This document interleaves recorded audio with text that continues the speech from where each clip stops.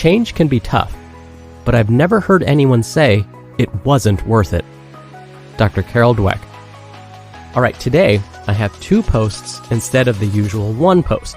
Now, I do this when each of the articles is on the shorter side. I want to make sure you get all the content you expect. So, let's get right to both posts and start optimizing your life. The 5 R's of Recovery Nutrition for Athletes by Jessica Spendlove of jessicaspendlove.com. When it comes to performance, there's plenty of focus on the hours you put in at the gym, your technique during training, and the game day strategies that will level up your results. But for these steps to work effectively, prioritizing recovery in between is just as essential. Most people are aware of what they need to eat immediately before or after exertion to fuel themselves, but you need a long-term nutrition strategy in place to get the best possible outcomes on the field, court, or track, plus daily life. Here are the 5 rules of recovery nutrition for athletes. What is recovery nutrition? Optimum recovery nutrition is not just what you eat, but when and how you do it.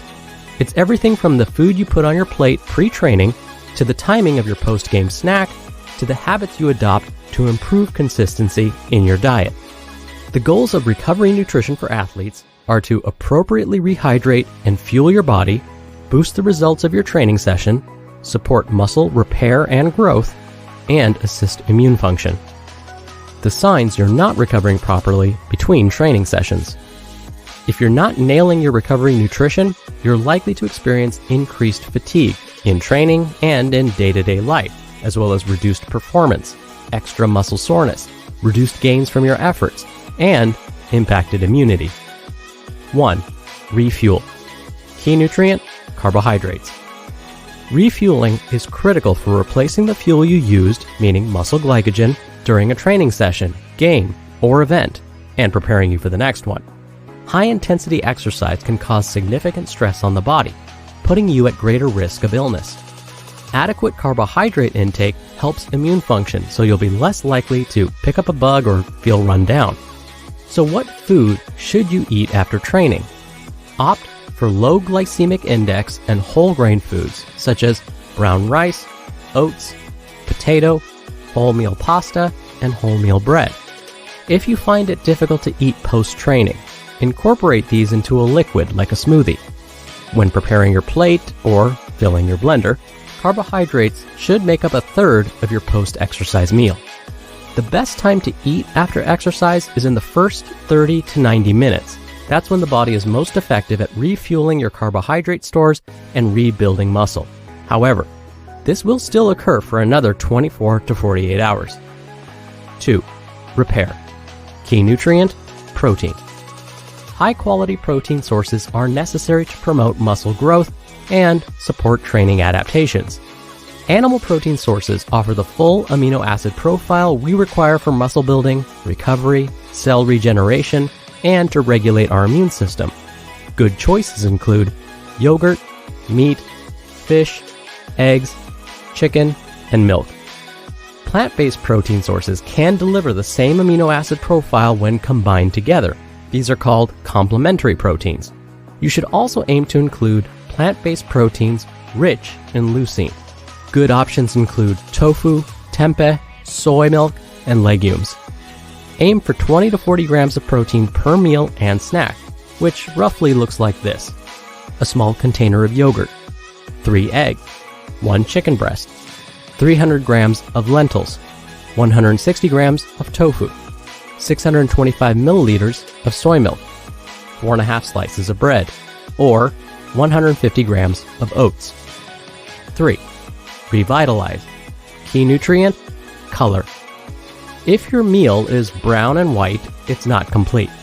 Whether they're fresh, frozen, or canned, including colorful fruit and vegetables on your plate post-exercise will optimize your overall recovery by ensuring you're getting plenty of antioxidants. It's important to eat a diverse range of plant food in your day-to-day life, and each meal is an opportunity to increase the kinds you're consuming.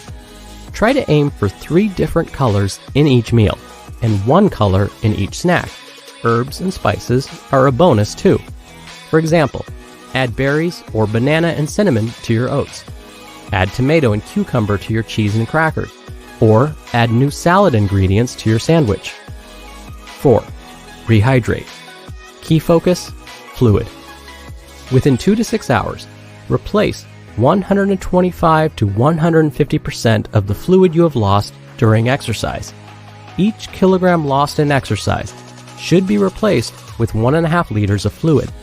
To get the job done, keep a water bottle on you and consider using a milk-based recovery beverage to help rehydrate faster and also maximize your fluid retention, meaning you retain what you drink and not urinate it all out.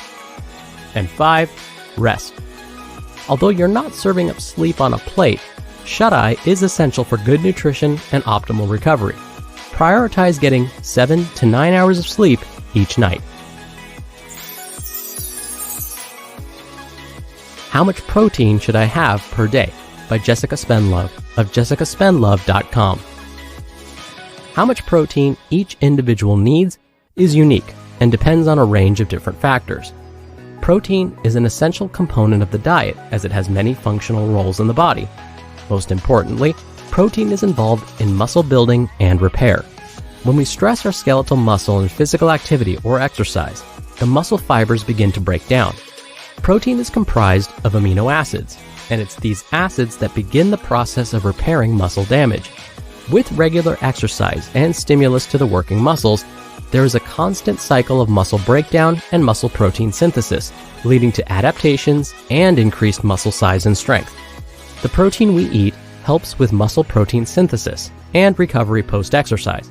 Whether you're an athlete or highly active individual looking to increase strength or muscle size, or are young or elderly, where muscle mass assists with injury prevention and overall health, the role of protein in the diet is incredibly important.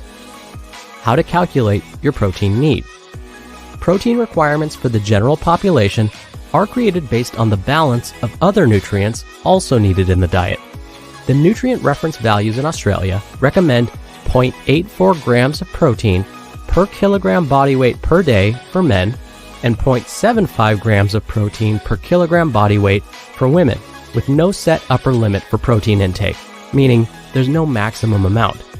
However, for many athletes and active individuals, getting more protein than these recommendations may be beneficial to assist muscle recovery needs around exercise and adaptations, helping to improve performance outcomes and body composition.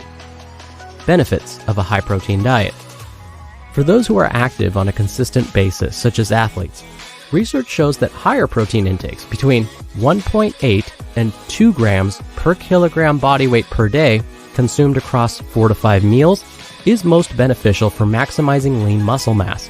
In particular, an amino acid called leucine is involved in the cascade of events that leads to muscle protein synthesis and is an important consideration within protein intake. Research indicates that around 3 grams of leucine helps to maximize the anabolic or muscle building effects of protein. This amount of leucine is available in typical moderate portions of protein-rich foods such as meats, chicken, eggs, fish, and dairy, but maybe in smaller amounts in plant-based protein foods such as beans, lentils, chickpeas, tofu, and rice. For those on plant-based diets with goals relating to muscle mass, considering the leucine content of protein foods consumed is essential. How to hit your protein goals across the day. For the average active person, what would this amount of protein look like across the day? To estimate your protein needs, take your current body weight in kilograms and multiply by 1.8 up to 2 to find your estimated daily protein requirements. Divide this amount across 4 to 5 meals, and this is how much protein to aim for at each meal. As an example, a 70 kilogram person might consume the following meals to reach their daily protein requirement of 126 to 140 grams of protein per day. Breakfast: 2 eggs on whole grain toast with avocado. Snack: hummus and cheese on whole grain crackers. Lunch: chicken and sweet potato salad. Snack: fruit and Greek yogurt smoothie. Dinner: grilled salmon with baked vegetables. And supper: Greek yogurt with berries. I want to go back to the first post, particularly when today's author, Jessica, mentioned the importance of antioxidants for post-workout recovery. We put so much emphasis on the macronutrients for workout recovery, like getting just the right amount of protein, carbs, and fat, that we end up forgetting about the micronutrients too. Meaning, the micronutrients are the nutrients we need in smaller doses each day, but are just as important. As Jessica said in the first post, antioxidants optimize overall recovery. A really quick way to know whether we're consuming enough antioxidants is to look down at our plate. Is the plate full of colorful fruits and veggies? These natural colors are a giveaway that the foods we're consuming are full of antioxidants. And it's these antioxidants, in fact, that give the fruits and veggies their bright or deep colors. And just as Jessica said in the post, if we mix and match our fruits and veggies, it's even better. This is because when we mix them, they work together and become even more powerful. So, next time you look down at your lunch or dinner plate, make sure it's filled with colorful fruits and veggies, and that's going to help you recover that much faster and possibly make your next workout even better. All right, that'll do it for today. Thank you so much for listening. Thank you for being a subscriber of the show and for coming back and listening every day. I hope you have a great rest of your day, and of course, I'll see you back here tomorrow, where your optimal life